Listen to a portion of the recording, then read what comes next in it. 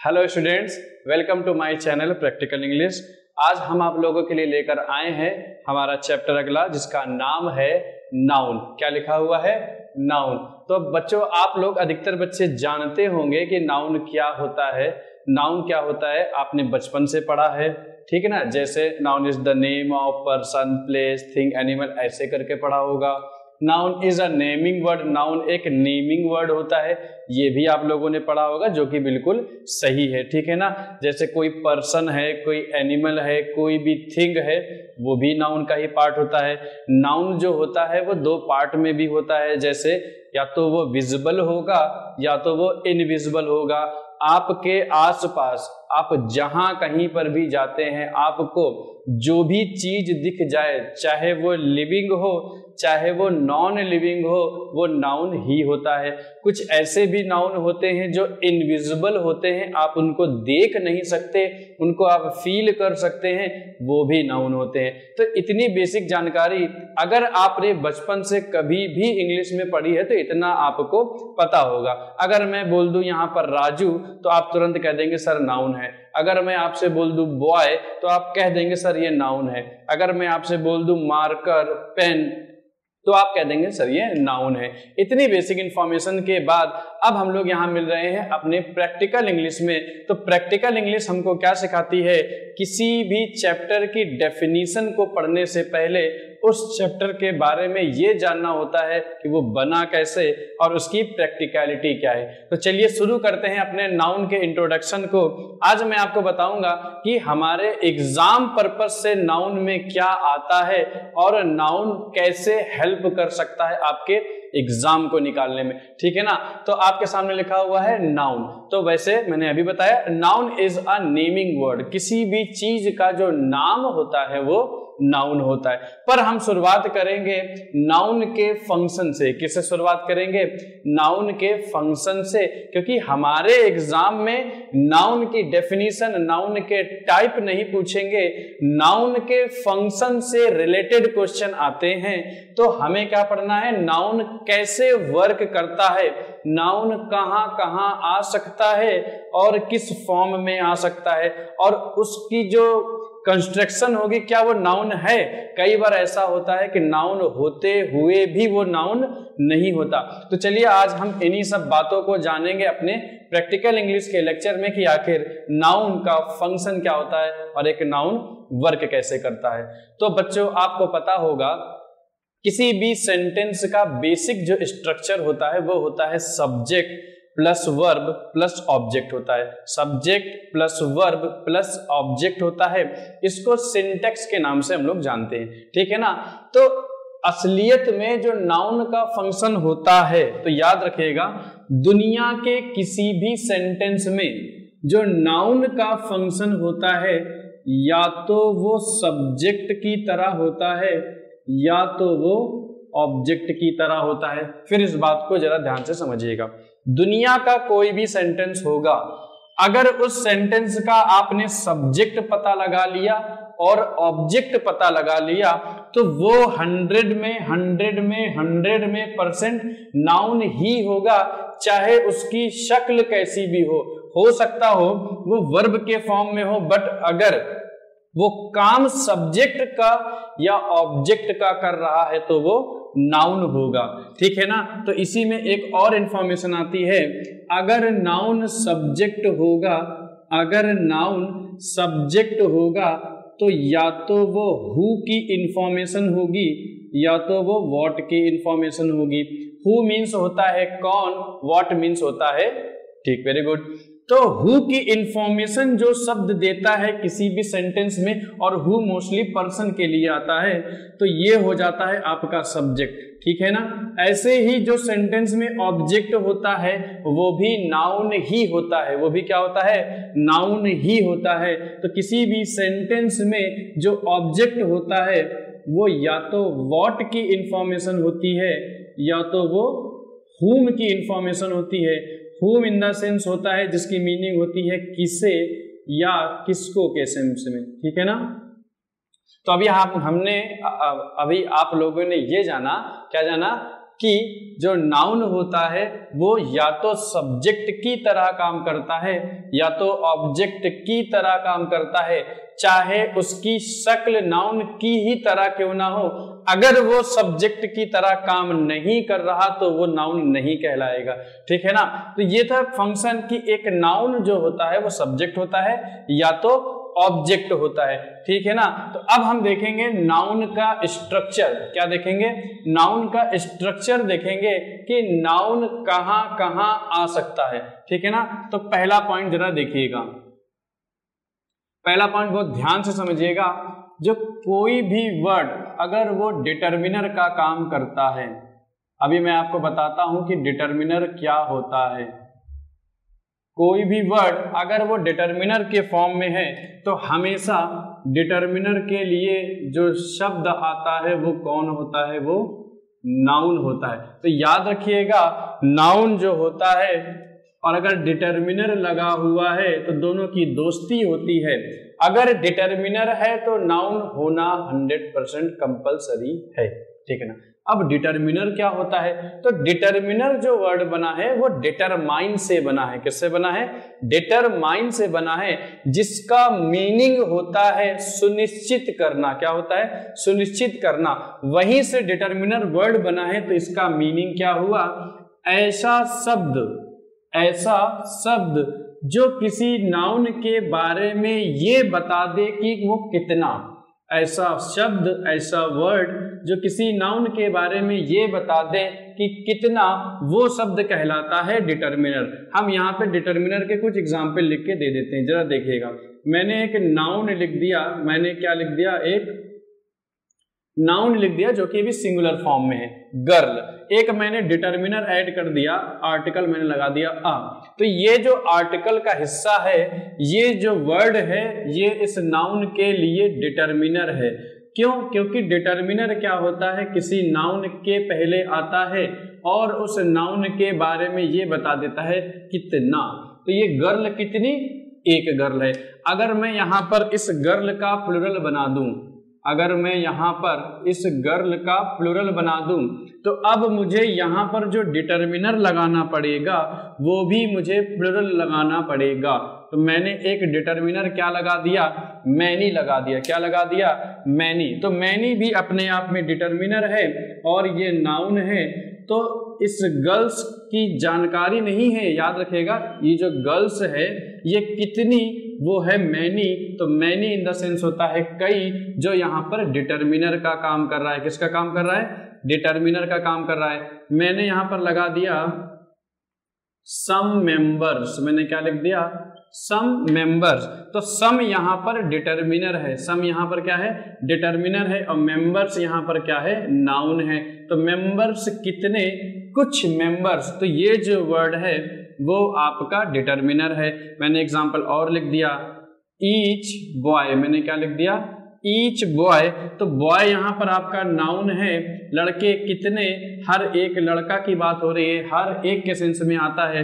तो ये यहाँ पर डिटरमिनर होता है। तो डिटरमिनर वो वर्ड होता है जो किसी नाउन के पहले लगता है और उसके बारे में ये बता देता है कि वो, वेरी गुड, देखिए सम हो गया, ईच हो गया, ऐसे और भी वर्ड हैं, ईच, एवरी, आइदर, नाइदर, सम, एनी, ठीक है ना। इसी डिटरमिनर को हम लोग इसके नेक्स्ट चैप्टर में पढ़ेंगे जिसका नाम है सब्जेक्ट वर्ब एग्रीमेंट। तो पहला स्ट्रक्चर आपको ये समझ में आ गया होगा कि जो डिटरमिनर होता है वो नाउन के लिए आता है, डिटरमिनर नाउन के लिए आता है और नाउन की इंफॉर्मेशन में ऐड क्या कर देता है कि वो कितना है, ठीक है ना। अब अगला स्ट्रक्चर क्या कहता है, जल्दी से देखिएगा कि डिटरमिनर जो होता है वो हमेशा किसके लिए आता है? नाउन के लिए आता है। किसके लिए आता है? नाउन के लिए आता है। कोई दिक्कत नहीं, वेरी गुड। अब हमने क्या किया? एक डिटरमिनर फिर से ले लिया। मैंने क्या ले लिया? एक डिटरमिनर फिर से ले लिया।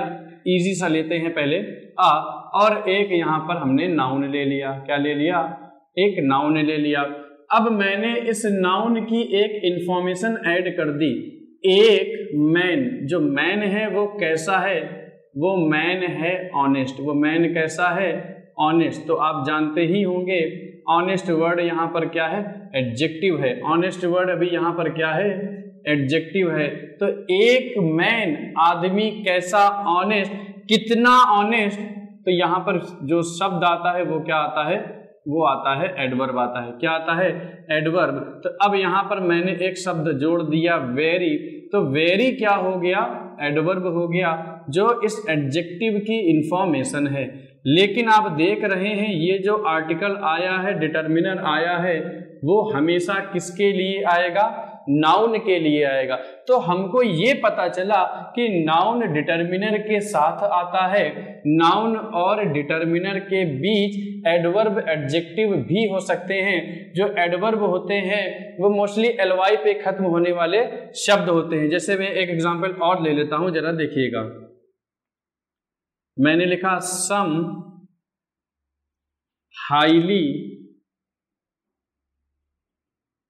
Important details. मैंने क्या लिखा, सम हाईली इंपॉर्टेंट डिटेल्स। तो आपको यहां बताना है कि नाउन कौन सा है।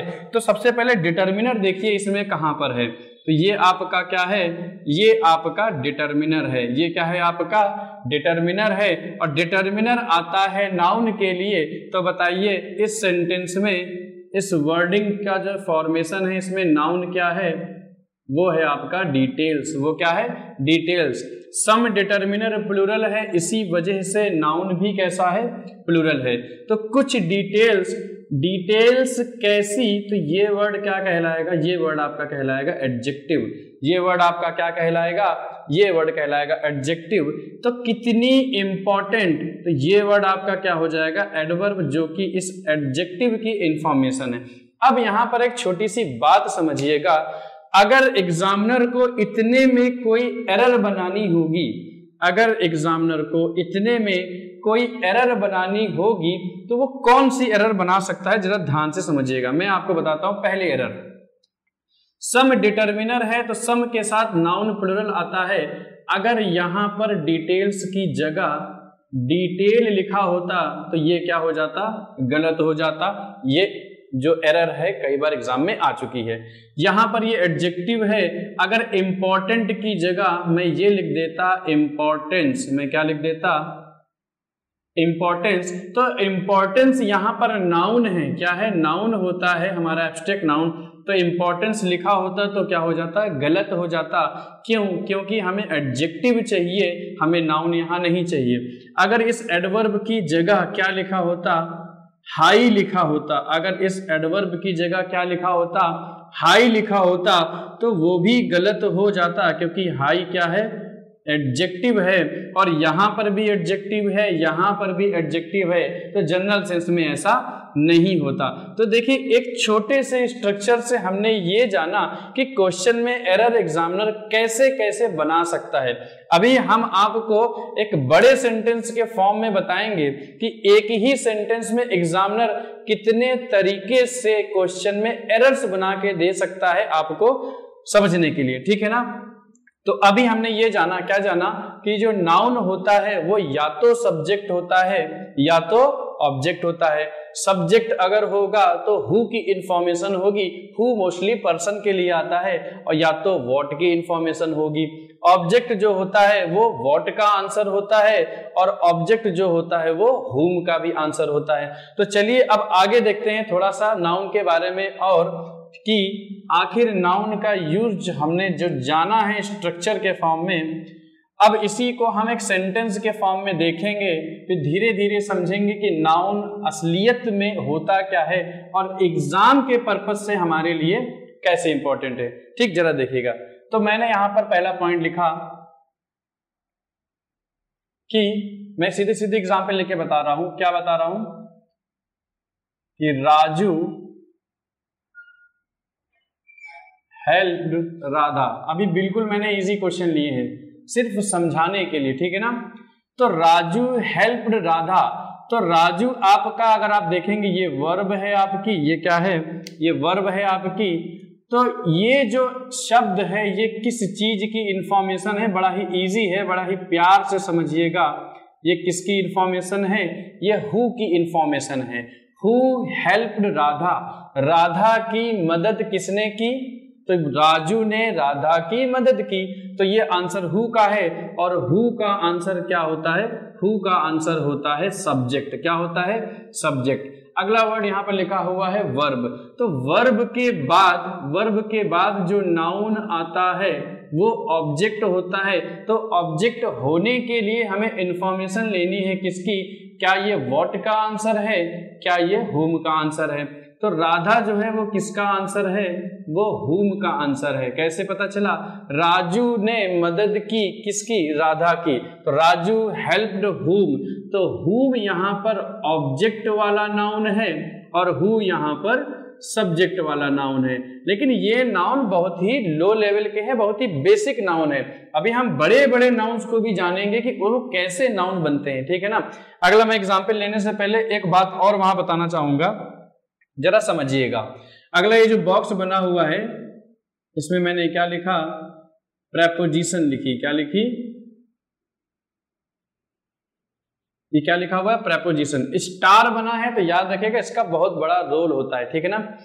प्रेपोजिशन जैसे इन, एट, ऑन, ठीक है ना, इस तरह के जो वर्ड होते हैं वो प्रेपोजिशन होते हैं। तो किसी भी प्रेपोजिशन के बाद याद रखिएगा, दुनिया के किसी भी सेंटेंस में किसी भी प्रेपोजिशन के बाद हमेशा नाउन आता है और नाउन से ही प्रोनाउन बनता है। तो याद रखिएगा जो जो फंक्शन नाउन करता है वही फंक्शन प्रोनाउन करता है, बट प्रोनाउन चैप्टर अलग से पढ़ेंगे।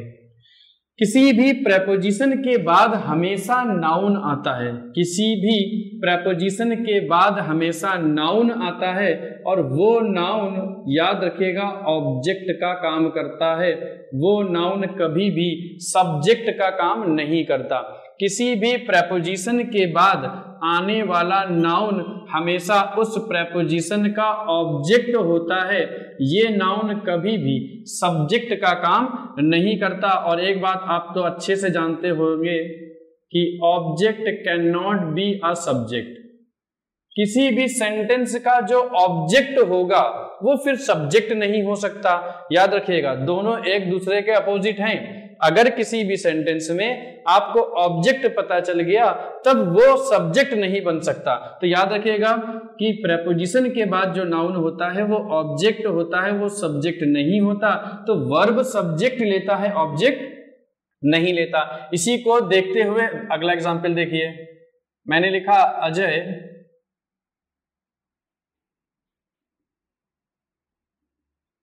इंट्रोड्यूस्ड राधा, ठीक है ना। तो अब आप अपने आप से बताइए जल्दी से, अजय जो है वो किसका आंसर है इस वर्ब में? जी हाँ, वेरी गुड, ये आंसर है हु का। तो ये हो गया आपका नाउन। अजय ने इंट्रोड्यूस किया किसको, तो ये किसका आंसर है? वेरी गुड, हुम का आंसर है। तो ये भी क्या हो गया? ऑब्जेक्ट हो गया। मैंने लिखा नहीं क्योंकि बहुत इजी था। अगला एग्जाम्पल देखिए, फिर मैंने ले लिया अजय वेंट होम यस्टरडे। अब आपको बताना है यहां पर नाउन कौन कौन से हैं और कौन सा नाउन किस प्रकार है।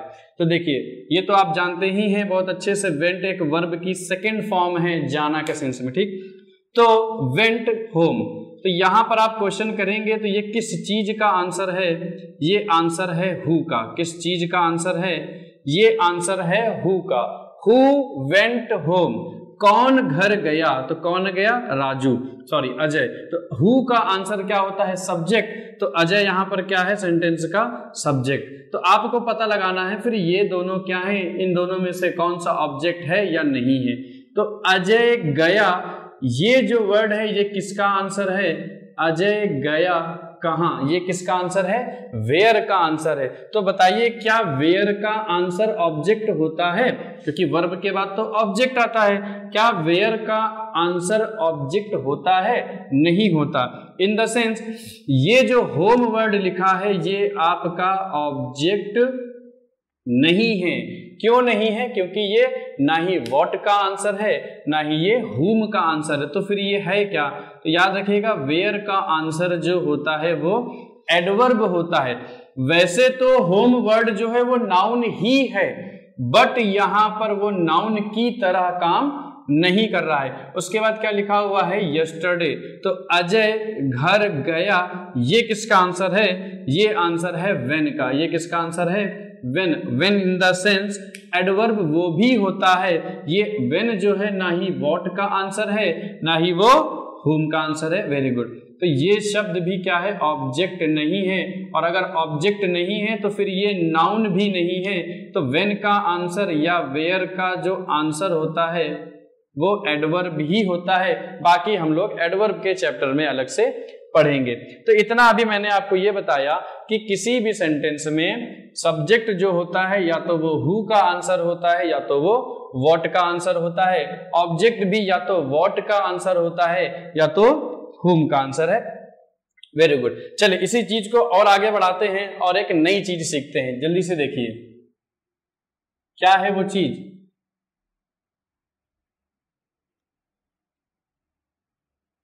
मैं आपको बता रहा हूं, जरा ध्यान से समझिएगा। देखिए बच्चों, आपके सामने एक बड़ा सा सेंटेंस लिखा है। मैं अभी हट जाता हूं, आप लोग इसका बाद में स्क्रीनशॉट भी ले लीजिएगा, इसको अपनी कॉपी पे लिख लीजिएगा और जो मैं बताऊंगा उस चीज को करना है। देखिए दो सेंटेंसेस लिखे हुए हैं, एक थोड़ा छोटा है और एक थोड़ा सा बड़ा है। बड़ा सेंटेंस लिखने का मतलब आपको मैं ये सिखाना चाहता हूं कि चीजों को सिर्फ छोटे छोटे एग्जाम्पल से पढ़ लेना ही सफिशिएंट नहीं होता। कि राम नाउन होता है, पेन नाउन होता है, ऑनेस्टी नाउन होता है, ये सब वर्ड आपने अच्छे से सुने होंगे। देखिए मैं आपको आज बताने जा रहा हूं इसमें नाउन कहां कहां है, और आप जरा अपना दिमाग लगाइएगा कि इसमें सेंटेंस में एरर कहां पर है। ठीक है ना। तो आप जो भी सोच रहे हो अब अपनी बात को आगे बढ़ाते हैं और देखते हैं सेंटेंस में क्या है, कैसे है और क्या क्या है। ठीक, देखिए पहला वर्ड आपको सेंटेंस आपने पढ़ा, the rational analytical explanation of some grammatical mistaken sentence are important to understand the structure in practically English. ठीक है ना। तो आपको बताना है सेंटेंस में एरर क्या है। चलिए देखिए शुरुआत करते हैं। मैं जो करने जा रहा हूं उसी तरीके से आप भी समझिएगा। ये लिखा हुआ है आर्टिकल द, क्या लिखा हुआ है, आर्टिकल द, और ये होता है डिटर्मिनर, जैसे कि ए और एन क्या होता है, डिटर्मिनर। इस द का आपको नाउन ढूंढना है क्योंकि आपको पता है कि आर्टिकल के बाद नाउन आता है। The rational analytical explanation of, तो ये तो कंफर्म हो गया ये द ऑफ के लिए नहीं आया है, ये इसके पहले ही किसी वर्ड के लिए आया है। तो जो द आया है वो आया है एक्सप्लेनेशन के लिए। किसके लिए आया है, एक्सप्लेनेशन। तो एक्सप्लेनेशन वर्ड आपका क्या हो गया, वो हो गया आपका नाउन। तो एक्सप्लेनेशन कैसा, इस एक्सप्लेनेशन की ये है इंफॉर्मेशन। जो एनालिटिकल का मतलब होता है वो होता है लॉजिक से भरा। तो द रेशनल एनालिटिकल एक्सप्लेनेशन, तो एक्सप्लेनेशन कैसा, वो होता है एडजेक्टिव। ये शब्द यहाँ पर क्या है, एडजेक्टिव। याद रखिएगा CAL या AL पे खत्म होने वाला जो वर्ड होता है वो एडजेक्टिव होता है। जैसे बायोलॉजिकल, प्रैक्टिकल, ठीक ना, जियोग्राफिकल, ये शब्द क्या होते हैं, एडजेक्टिव होते हैं। ठीक। अब एनालिटिकल तो है, तो कितना एनालिटिकल, तो आपको अभी मैंने बताया था यहां पर क्या आता है, यहां पर आता है एडवर्ब। लेकिन आप जरा ध्यान से देखिए, ये AL लिखा है, ये भी AL लिखा है, और दो एडजेक्टिव जनरल सेंस में एक साथ नहीं आते। तो इस क्वेश्चन में जो पहली एरर है वो क्या है, आपको इस वर्ड को LY बनाना पड़ेगा। LY आप जैसे ही ऐड करेंगे तो ये बन जाएगा आपका एडवर्ब। तो एग्जाम में हमको इस तरह की एरर भी छांटनी होती है। तो उस नाउन के चलते ये क्या हुआ, एडजेक्टिव, उसके चलते ये क्या हुआ, एडवर्ब। तो पहली एरर हमको क्या मिली सेंटेंस में, जो कि लिखा हुआ है रेशनली करना पड़ेगा। ठीक है ना। अगला सेंटेंस देखिए, सॉरी इसी सेंटेंस को आगे बढ़ाते हैं। ये क्या लिखा हुआ है, ऑफ। अब मन ही मन सोचिए, अगर ऑफ प्रेपोजिशन है, आप जानते होंगे किसी भी प्रेपोजिशन के बाद हमेशा नाउन आता है, और वो नाउन काम किसकी तरह करता है, वो नाउन काम करता है ऑब्जेक्ट की तरह। तो अगर ये प्रेपोजिशन है तो इसका कहीं ना कहीं नाउन जरूर होगा। तो एक्सप्लेनेशन ऑफ किस चीज का explanation, some grammatical mistaken sentence are. अब ये तो कंफर्म हो गया ऑफ इस आर के लिए नहीं आया, आर तो वर्ब है यहाँ पर, इसका मतलब इसके पहले ही इसका कहीं ना कहीं नाउन होगा तो सम है डिटर्मिनर, और आप ये भी जानते हैं कि डिटर्मिनर को भी अपना क्या चाहिए, नाउन चाहिए। तो जरा सोचिए सम वर्ड इस लाइन में किसके लिए आया है, तो सम वर्ड आया है सेंटेंस के लिए। किसके लिए आया है, तो सेंटेंस यहाँ पर क्या हो गया, नाउन हो गया। कुछ सेंटेंस, तो इसी प्रेपोजिशन का भी नाउन कौन हो गया, क्योंकि इस प्रेपोजिशन का नाउन इधर तो देखेंगे नहीं, तो ये नाउन काम किसकी तरह करेगा, उस प्रेपोजिशन की वजह से, जी हाँ, ऑब्जेक्ट की तरह काम करेगा। तो कुछ सेंटेंसेस, कैसे सेंटेंस, ये लिखा हुआ है मिस्टेकन, क्या लिखा हुआ है, मिस्टेकन, ये वर्ब नहीं है, इस नाउन की इंफॉर्मेशन है। तो ये वर्ड यहां पर क्या हो गया, ये वर्ड हो गया आपका एडजेक्टिव। कैसा मिस्टेकन, गलती भरा होता है इसका मीनिंग। तो कुछ सेंटेंसेस मिस्टेकन ग्रामेटिकल, तो ये अगर एडजेक्टिव है और अभी आप पढ़कर आए हैं ग्रामेटिकल वर्ड जो एल पे खत्म हो रहा है वो भी तो एडजेक्टिव हो गया। तो बट हमें यहां पर क्या चाहिए, हमें यहां पर चाहिए एडवर्ब। तो अब दूसरी मिस्टेक क्या समझ में आई, यहां पर भी आपको एलवाई लगाकर एडवर्ब बनाना पड़ेगा, क्योंकि ये नाउन है तो ये एडजेक्टिव है। तो अब यहां नाउन नहीं आएगा, ना ही एडजेक्टिव आएगा, अब यहां पर क्या आएगा, एडवर्ब। और सम यहां पर क्या है, सम है आपका डिटर्मिनर। और डिटर्मिनर को क्या चाहिए, डिटर्मिनर को अपना नाउन चाहिए। तो सम सेंटेंस, और डिटर्मिनर जब प्लुरल होता है तो आपका नाउन भी प्लुरल होता है। मैं अभी बोल तो रहा था सेंटेंसेस सेंटेंसेस, क्योंकि जैसे ही मुंह से सम निकलता है वो फीलिंग ही प्लुरल की आती है, ठीक है ना। तो सम की वजह से यहां पर सेंटेंस का क्या बनाना पड़ेगा, प्लुरल। तो ये आपकी थी तीसरी गलती। तो देखिए एक ही सेंटेंस है लेकिन एक ही सेंटेंस में कैसे कैसे मिस्टेक आपको मिलती चली जा रही है। अब बात आती है आगे, आगे लिखा हुआ है आर। आर एक वर्ब है और वर्ब को चाहिए अपना सब्जेक्ट चाहिए। तो कह रहा है the rationally analytical explanation of some grammatically mistaken sentences are. अगर आपने ये सोचा सर सेंटेंसेस दो प्लुरल है तो वर्ब भी कैसी आनी चाहिए, प्लुरल आनी चाहिए, बिल्कुल मैं आपका सम्मान करता हूं, लेकिन वो जो नाउन है वो इस प्रेपोजिशन की वजह से काम किसका कर रहा है, ऑब्जेक्ट का। और ऑब्जेक्ट कभी भी वर्ब नहीं लेता है। तो अब इसके पहले दूसरा नाउन कहां पर है, तो इसके पहले दूसरा नाउन कौन सा है, एक्सप्लेनेशन, जो कि अपने आप में सिंगुलर है। और अगर एक्सप्लेनेशन सिंगुलर है तो वर्ब भी कैसी आएगी, सिंगुलर आएगी। वर्ब भी कैसी आएगी, सिंगुलर आएगी। ये थी आपकी चौथी मिस्टेक कि इतने तरीकों से किसी भी सेंटेंस में एरर्स बनाई जा सकती है, ठीक। तो एक्सप्लेनेशन इंपॉर्टेंट है। कौन सा एक्सप्लेनेशन, ग्रामेटिकली मिस्टेकन सेंटेंसेस का एक्सप्लेनेशन इंपॉर्टेंट है। और इंपॉर्टेंट वर्ड यहां पर एडजेक्टिव है जो कि इस नाउन की इंफॉर्मेशन है, और नाउन की इंफॉर्मेशन जो होती है वो एडजेक्टिव होती है।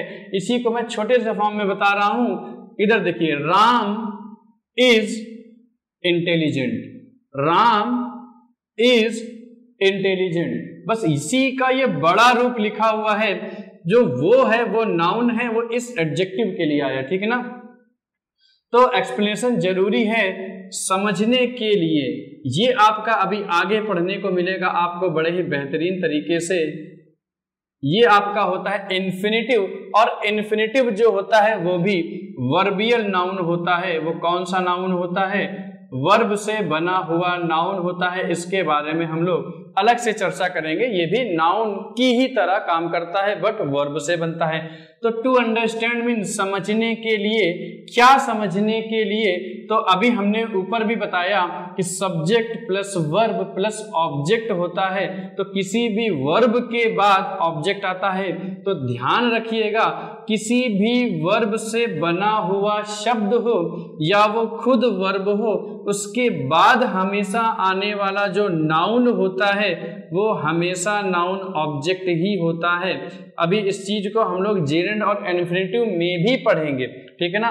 तो स्ट्रक्चर्स वर्ड यहाँ पर नाउन है। कैसे नाउन है, देखिए यहाँ पर डिटर्मिनर द लगा हुआ है और द आता है नाउन के लिए। और आगे बढ़े, अब आगे फिर से प्रेपोजिशन, और प्रेपोजिशन है तो एक चीज 100% आपको पता होनी चाहिए, अगर प्रेपोजिशन है तो आगे नाउन चाहिए। तो इन प्रैक्टिकली इंग्लिश, तो अभी आप पढ़ ही रहे हैं प्रैक्टिकल इंग्लिश, तो इन आया है इंग्लिश के लिए। किसके लिए आया है? इन आया है इंग्लिश के लिए। इंग्लिश हो गया आपका नाउन, बट कौन वाला नाउन?